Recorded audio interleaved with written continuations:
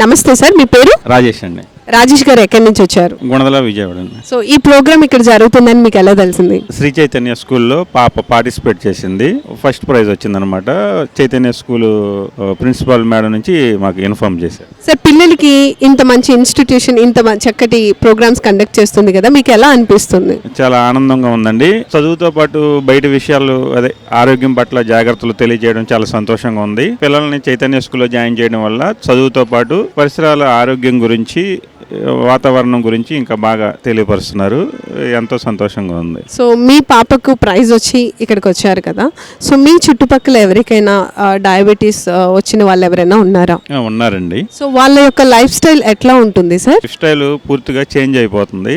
ఆహారం నియమాలు పాటించడం, అదేవిధంగా ఎక్సర్సైజులు, ఇలా రొటీన్ గా లైఫ్ స్టైల్ పూర్తిగా మారిపోతుంది. సో ఇప్పుడు భయపడకుండా ఎటువంటి జాగ్రత్తలు తీసుకుంటే మనం షుగర్ లెవెల్స్ కంట్రోల్లో ఉంచుకోవచ్చు? పూర్తి డైట్ పాటించాలి. శారీరక శ్రమ తగ్గట్టుగానే మనం ఆహారాన్ని తీసుకోవాల్సి ఉంటుంది. డాక్టర్ గారి మందులు, హెల్దీ లైఫ్గా ఉండటం వల్ల షుగర్ వ్యాధిని కంట్రోల్ చేసుకోవచ్చు. Thank you very much sir.